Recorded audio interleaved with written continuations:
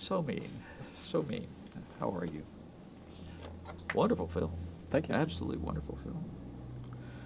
And of course, the problem in talking about it is not giving something away, which is because, you know, it would take far too long to tell them what I was giving away.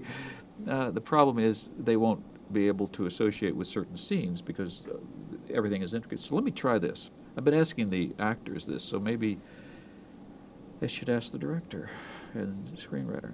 In a way, this is what actors have to do all the time. Things out of sequence, layers from script to subtext. And when you're working with them, that's sort of what they do. To what extent would you think that's descriptive, and if so, how?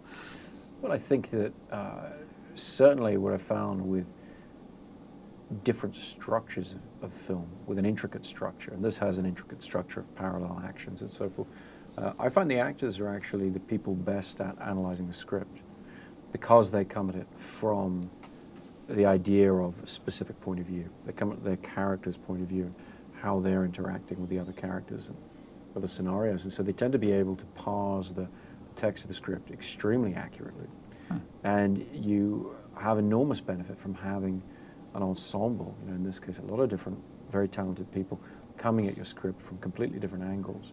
They tell you a lot about it, about what's working, what's not working, about how it all fits together. And I think the craft of acting, other than the raw talent of it, but the craft of it is very much about, in movies, being able to fragment the performance, being able to take any given scene and understand the emphasis or the particular angle of the character on that scene. Well, that's interesting because in a way you're also saying that way it's not linear, but you're actually sort of getting a 360 view because everybody's coming at it from a slightly different angle, Yeah. and you put them all together. So it's sort of a backup to be sure that what you feel has linked together does, because you're getting it now from a sort of inside the middle of a globe.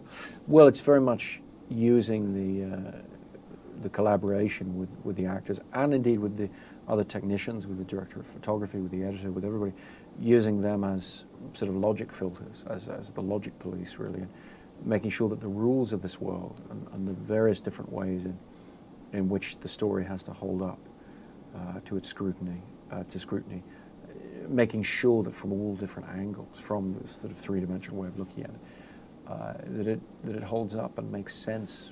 I let this go till the end because it may not apply at all, but there are now ways that people can actually do a level of this kind of thinking in online worlds like Second Life. Mm-hmm. Are you familiar with them, and do you think that as we become more and more technologically sophisticated, not that the reality of this, which of course is a drama, can happen, but that people can actually create their own worlds in different ways that they never could before? Well, really the only leap in Inception is the idea that we all dream. We have this universal experience of dreaming. But what if you could share a dream and be in the same dream at the same time? And I think in the 10 years or so it took me to read the script, I think things like online gaming and a lot of different ways people have of communicating, the ways those have changed. I think the film's become more and more relevant, and the interaction of people's become more and more relevant, because the basic premise of the film is that if you can experience the same dream with somebody else, all communications between people in that alternate reality would be valid. And so if you were to fight with somebody, if you were to fall in love with somebody, whereas would be valid, because it's not just your projection of that person. It's not all coming from your mind. It's actually you're there with those people interacting. And I think that's very analogous to the way the internet is used, the way online gaming works, is we have started to be able to create viable alternate realities. They're not the real world. They're not the physical world that you know, we've grown up in. But because they involve genuine and substantial human communication, they become viable alternate realities.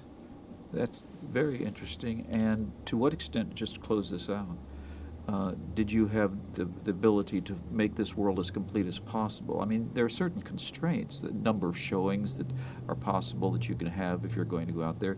Could you make this as complete as possible within the time period that you felt was practical? I think when I look at Inception now, and I look at what we were able to put into the film, I'm very glad that it took me as long as it did to make it, because I think I was really able to find a place for really all the different ideas I was interested in exploring. Part of the advantage of the way the film works is that it creates a world of possibilities. It doesn't then have to fulfill all those possibilities within one film, which wouldn't be practical. But the feeling of possibility, the idea of it being a world that's limitless, that can live on in the mind of the audience.